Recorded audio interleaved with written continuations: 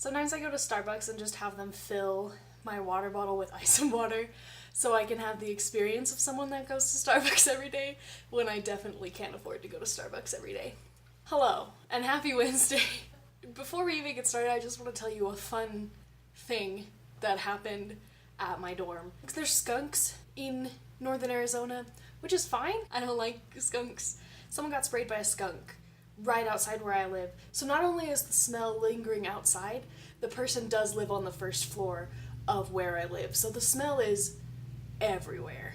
And I do have my Scentsy turned on at all times now because that is not a smell that I am okay with. It's too much like weed. It's not something I like. Also, I'm filming at the same time and in the same place and with the same equipment that I film every time. It's just cloudy and foggy outside because it snowed the other day. So that's why it looks a little eerie. Okay, today I want to talk about my fish.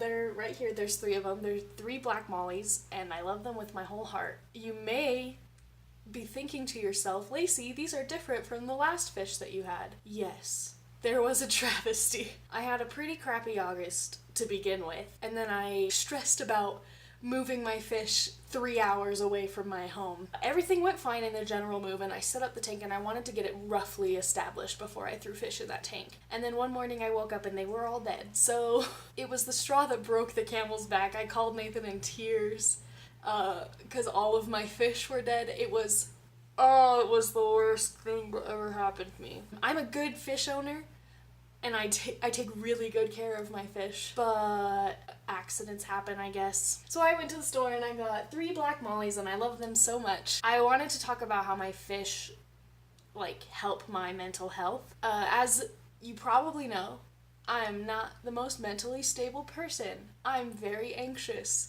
and I'm kind of depressed. I'm taking medicine, and that's a whole nother video for another day of my medicine journey. Even before I had medicine for it, my fish were a really good tool for me.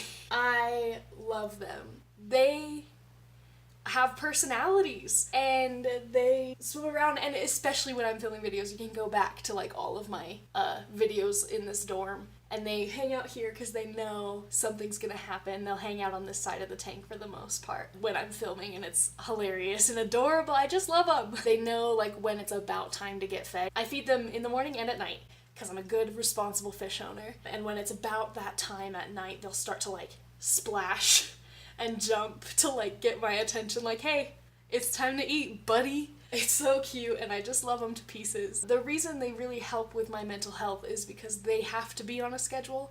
I have to check their water parameters every week. I have to feed my fish twice a day and my plants once a month, and I have to change the water once a week, and I have to replace the filter media occasionally, and I have to make sure that the living conditions for my fish are optimal, and I have to make sure that they're living a good and happy life all the time. And in order for me to be able to do that, I have to be on a schedule.